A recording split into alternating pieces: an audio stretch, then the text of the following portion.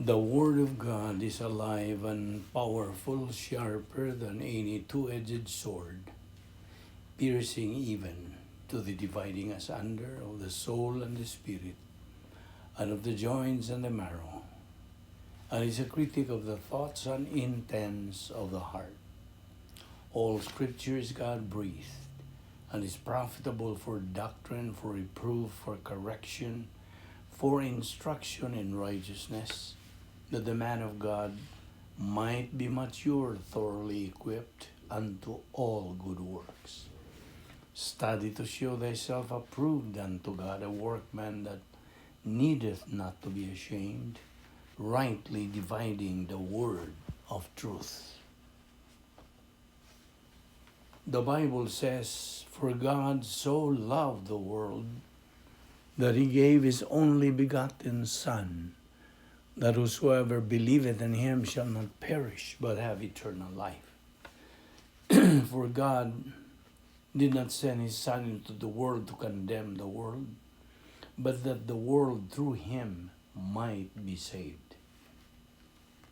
He who believes in him is not condemned, but he who does not believe is condemned already, because he has not believed in the name of the only begotten Son of God.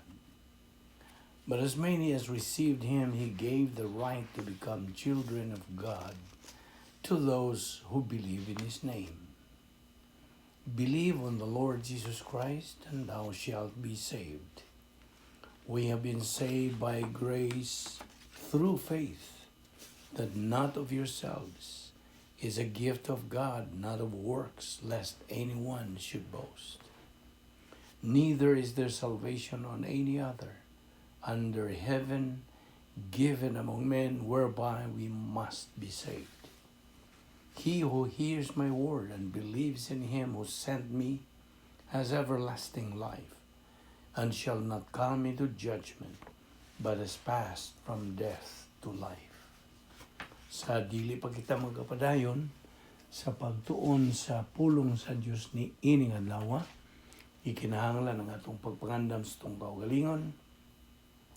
Kung ikaw sa ka Kristohanon, giawhag ka nga imong gamiton ang recovery technique sa 1 John 1:9. Kay kining 1 John 1:9 sa in English nag-ingon, "If we confess our sins, God is faithful and just to forgive us our sins and to cleanse us from all unrighteousness." Ugalang kanimo igalang wala pa'y Kristo de si mong kinabuhi, gidapit ka sa paggamit yan ng imong free will, kabubuton, sa paghimo sa labing may nung danong desisyon sa tibuok mong kinabuhi, ang desisyon sa pagtuo kang Ginoong Jesucristo ingon nga imong manluluwas. Acts 16:31 nagaingon, "Believe on the Lord Jesus Christ, and thou shalt be saved." Busa sa hilom, mag-andam ta sa atong kaugalingon. Let us pray.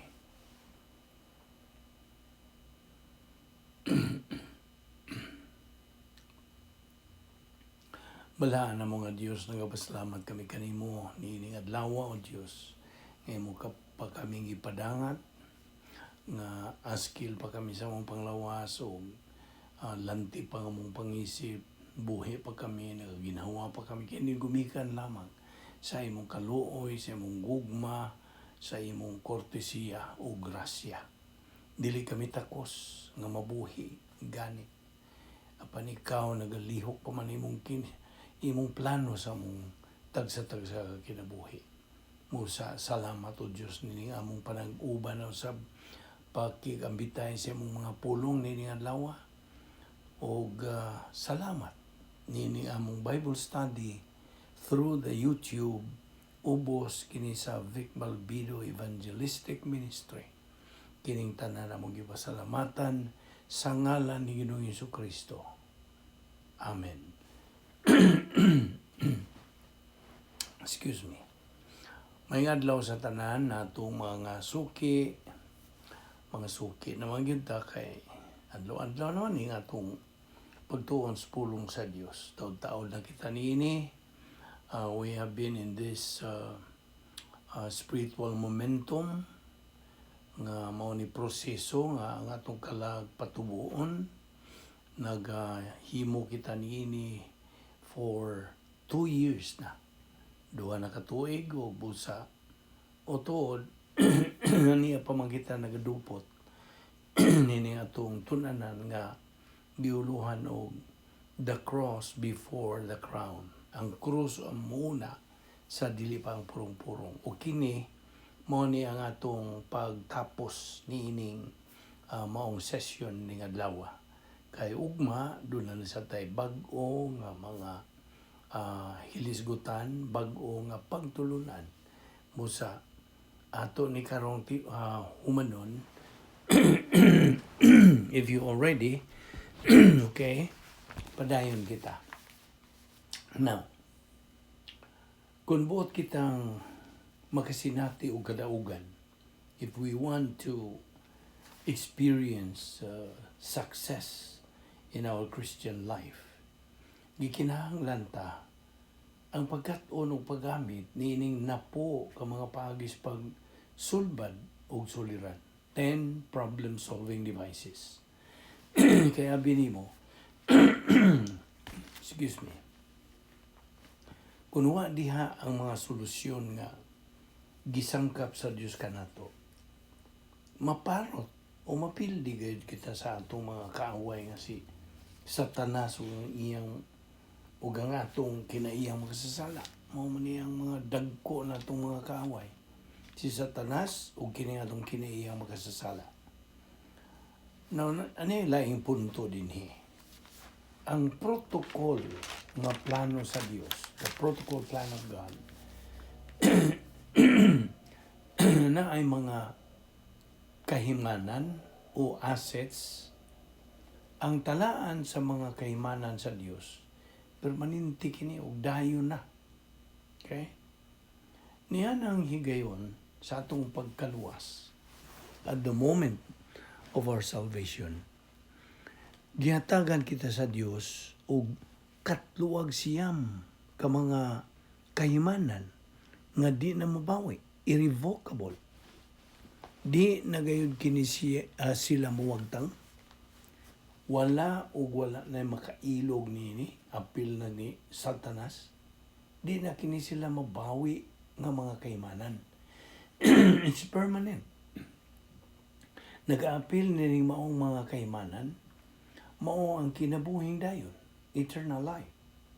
Ang pagkamatarong sa Dios, God's perfect righteousness, ang pagpuyo sa atong lawas sa Dios nga Amahan, sa Dios nga Anak, o sa Dios nga Espiritu Santo, the Trinity.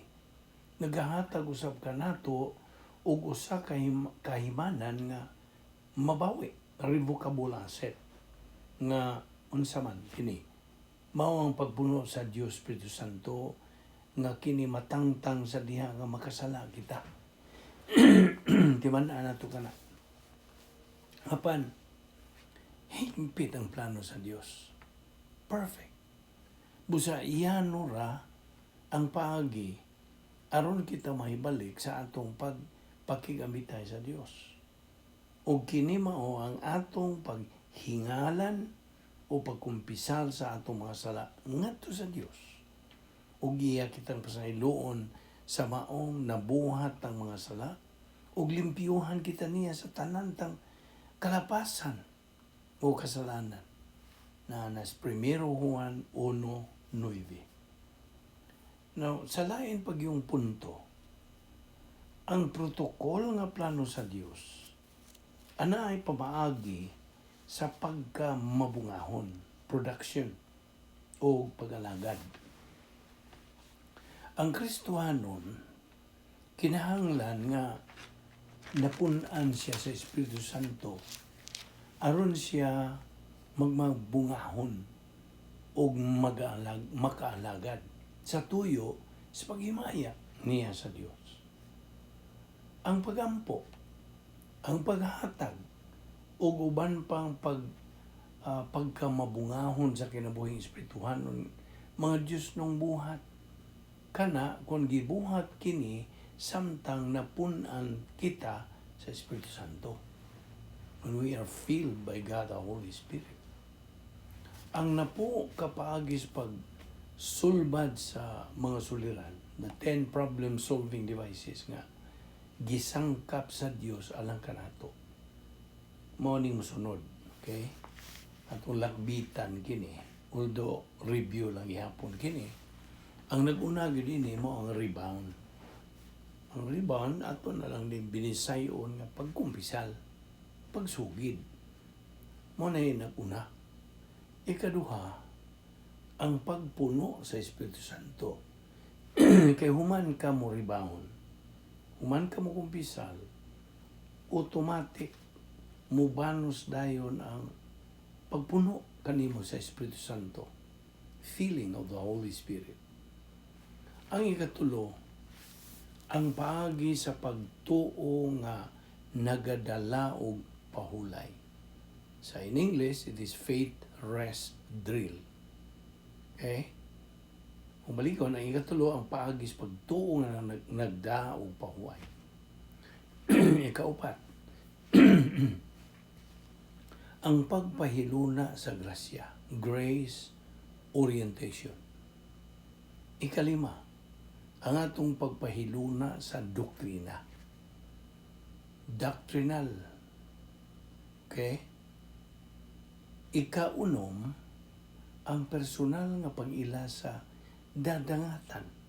Atong dadangatan, personal sense of destiny. Ang ikapito, ang atong personal nga paghigugma ngadto sa Dios nga mahal. Ikawalo, ang atong impersonal nga paghigugma ngadto sa tanang katawan. Ikasiyam, ang pag-ambit sa kalipay sa Dios, sharing the happiness of God. O ang ikatapo, kaya na po manika paagi sa pagsulbad sa suliran, ang ikatapo, the 10th, mo ang pagka-okupado na nato ni Ginoong Jesucristo. We are now occupied with the person and character of our Lord Jesus Christ. Now, ang protocol nga plano sa Dios, ana ay pamaagi sa pag-apod-apod o mga ganti. Sa dihang mudaog ang Super Bowl ba? Mudaog sa Super Bowl ang usa ka team sa football. Na sila dihang pagpasidungog ni ini nga nasudnong kabantog, national celebrity. Ug dugang pagyud niya na mudawat pagyud kini sila sing-sing nga ilang ikasulob sa ilang tudlo sud sa tibuok nilang pagkinabuhi throughout their entire life. Na kung muadto kita sa espirituhanong pag kinabuhi, ang Dios mo panalangin sa usa ka hamtong nga Kristiyanon, spiritually mature believer, pinaagi og dugang mga gasa dinha o dinis panahon nga logos niya mahanduraw. Now, dito sa eternidad, ang mga ganti sa Dios alang sa hamto nga magtotoo, mga katingalahan kini. Kaya dito sa eternidad, pipila lamang ka mga magtotoo ang paghahatagan o mga handumanan sa kadaugan kung mga trophy. Isip mga inila o mga bantugang magdudua sa team sa Dios. Ang ilang masubayon nga kapangakuhan, consistent commitment ngadto sa pulong sa Dios ug ang ilang makugihon nga pagbansay sa ilang espirituhanong kinabuhi. Mo'y makapatuboy nila dito sa langit hangtod na sa walay katapusan. Kadtong mga magtotoo nga mipili lang sa panglingkod dito sa bangko atol sa ilang pagkinabuhi dito sa yuta. Moadto man tuod sa langit. Samtang ang uban nagadawat sa ilang eternal nga mga panalangin kini sila nabiyaan og igo ra kini sila sa pagsudong. Igo ra sa pagtanaw. Sa ilang pagkinabuhi din siyuta, dili kini sila magamit sa Dios. They are useless. Sanglit napakyas man gini sila sa pagtuon o pagtubo sa pulong sa Dios. Dito sa eternidad, mudawat kini sila sa hingpit nga kalinaw o kalipay at tubangan sa hari sa mga hari o Ginoo sa mga Ginoo. Bisan pa sa atong manluluwas nga si Jesucristo. Apan wa kini sila mga unsa. Way mga ganti. Way mga purong-purong. Now, mayong magbubuhat. Akong maayo ug matinumanong ulipon. Well done, my good and faithful servant. Mao kini ang isulti sa Dios nga mga pulong sa kadaugan alang niyan tong hamtong nga mga magtutuo. Apan na say bagang duot sa mga magtutuo ang makadungog niini mga pulong gikasubo ko. Lingkod lang diha kay wa ka man magkakat-on sa tukmang pagduwa. Wa ka man gani gyud makasalmot sa duwa. Ako ka mang yatagan sa matag kahigayunan nga mulampos unta ka. Apan wa man nimo padumbalinga. Ang akong pag-coach kanimo wa man nimo padumbalinga. Oo, ang tanang mga Kristohanon moadto sa langit. Tinuod man ka na. Diin didto, wa na'y kasakit, wa na'y luha, wa na'y kaguol, wa naman gani kamatayon. Kitang tanan mga Kristohanon ang buot kong ipasabot. Kitang tanan maglipay na sa hingpit ng kalipay. Apananay daghang usab nga mga magtutuo ang mga bildiro, losers. Tungod kay ila magisalikway ang plano sa Dios sa ilang mga kinabuhi. Sobra pa sa daghan ang mapakya sa paghibalo sa paagi sa Dios. Ang protokol sa Dios, ingon man sa mga pasiuna sa Dios. Ang Mateo 16:27 nagkakanayon.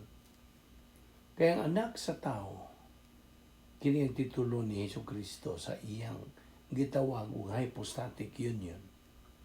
Hapit na moabot uban sa himaya sa iyang amahan, kinuyugan sa iyang mga anghel, ug unya balusan niya ang tagsa-tagsa sumala sa iyang nabuhat. Diha usab sa pinadayag 2:26 ug 28 nagasulti kini niini. Alang sa makadaog ug mopadayon pagbuhat sa akong kabubuton pagtuman sa plano sa Dios hangtod sa katapusan siyang kinabuhi ang magpasabot.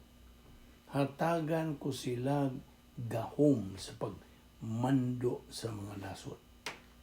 Ihantag ko usab kanila ang bituon nga kabugason. Now, ang labaw nga mga pasiuna sa imo kinabuhi mao ang pagbaton sa makanunayong pagpuno sa Espiritu Santo ug ang pagtuon sa pagtulunan sa balahang kasulatan sa adlaw-adlaw nga paagi. Ang pagpamati sa doktrina, ang paggamit sa doktrina, ang pagkinabuhi doktrina, mao kini ang labing hataas nga matang sa pagsimba. The highest form of worship. Now, dihay usa ka tawo nga sa makausa nangutana nako unsa kuno kadugaya una pang usa ka magtutuo mamahimong hamtong nga Kristohanon. Well, sa maong pangutana wa mangyud tukmang tubag. Apan nanay usa ka butang ang siguro nini. Dili mo gugol o tibuok nga kinabuhi ang paghamtong espiritual ni magkinahanglan og kahibalo sa matag usa ka konsepto sa doktrina sa Biblia. Ang espirituhanon nga paghamtong nanginahanglan lamang kini og pagkamasubayon og sa pag-anad sa pagtuon sa pulong sa Dios ug pagtubo pinaagi niini. Hinumdumi baya nga way maayong laki nga magduduwa sa paugnat sa kusog nga nangahimong mga kampyon nga wa moagi og kahago, kakugi, pagtuon o pagbansay apan sa wa pa kini sila mga tiguang. Okay? Gihatagan sa Dios ang matang magtotoo ug susama nga mga kahigayunan sa pagkat-on sa iyang pulong ug sa pagtuman sa iyang plano. Gihatagan sa Dios ang matag Kristohanon ug kaugalingong kabubuton aron siya makapili kung buot ba niyang mamahimong most valuable player o magapainit ba lang sa iyang sampot diya sa bangko, ang lingkod-lingkod lang. Tinuod, adunay bagang duot sa mga Kristohanon ang di lang gyud magtubo espirituhanon. Mga espirituhanong batang masuso kini sila. Sa dihang nangatao kini sila pag-usab when they were born again. O human sa mga kawaan katuig na ang milabay, nagpabilin lang ihapon kini silang espirituhanong mga bata nga masuso. Mga magtutuo kini silang naggamit paghihapon og mga bibiron bisag mga tiguang na kini sila pangidaron kay lagi wa man manggitubo espiritualmente. Wa kini sila alamag sa pagmatikod unsay tawhanong maayo og lautan, evil ug aron unta makalikay kini sila sa ingon. Mga hamtong rang mga magtutuo ang makamatikod who can discern unsay tawhanong maayo og dautan. Busa, ang usa lamang ka hamtong nga magtutuo nga nagapadayon sa pagtubo sa grasya ug sa kahibalo sa atong Ginoong Jesucristo, 2 Peter 3:18, maoy mga mananaog sa Kristohanong kinabuhi. They are the only winners in the Christian life. So, buot ka bang mahimong usa kanila? Nan, sunda ang matagmando sa pulong sa Dios o you can be on your way there. Ang sagad mong madungog nga cliche, mao ang just hang in there. Mao na nga kini atong gihisgutan nga pagtulunan o doktrina. The cross before the crown. Kini nagahulagway nga kitang mga magtutuo ining ikaduhang bahin sa plano sa Dios. Magatuto kita, magapunting kita lamang na ng ato nga common goal which is spiritual maturity. Kay kana mao ang that is the stage nga naa na kitay katakos sa pagkinabuhi. We have the capacity for life, capacity for blessings, capacity for love. O niya ng bahina nato mahimaya ang Dios. Actually sa ato nagitunan dili man kita makahimaya sa Dios. Ang prinsipyo nagaingon ang Dios ra ang makahimaya kaniya. Only God can glorify God. Kita dili. Ang buot pasabot niini nga sa diha nga kita makakabuot niya ng ang spiritual maturity, the stage of capacity or capacity stage, diha na mahimaya ang Dios. Moingon siya nimo nga hamto nga Kristohanon nga taon po nga akong anak. Nakakabuot ra gyud siya ug karon ako siyang buuan sa mga panalangin nga angay kaniya. He deserves those blessings. Apan sa diha nga ibubo na sa Dios diha kanimo ang iyang mga panalangin, iya kanang ipadahili sa ato nang gisgutan. Ipadahili ni sa Dios diha sa grace pipeline. Ato lang gihubas Bisaya nga tubo sa grasya. Adto ipadahili sa Dios og moambog kana ngadto sa pagkamatarong sa Dios nga gisulob diha kanimo. At the moment of salvation, kitang tanang mga Kristohanon sa higayon nga midawat ta ni Ginoong Kristo, diha automatic gisuloban sa kita sa pagkamatarong sa Dios. Gisulob dili na pagkamatarong nato iya na sa Dios. O mao kana ang pagtan-aw na sa Dios kanimo nga magtotoo, dili ka na hinukman kundi na matarong na. O kadtong pagkamatarong nga gisulob sa Dios diha nimo, mao nay puntariya, mao nay abutan sa iyang mga panalangin. Ug diha mahimaya ang Dios. Kasabot ka ato lang ning lakbit sa paghisgot niini.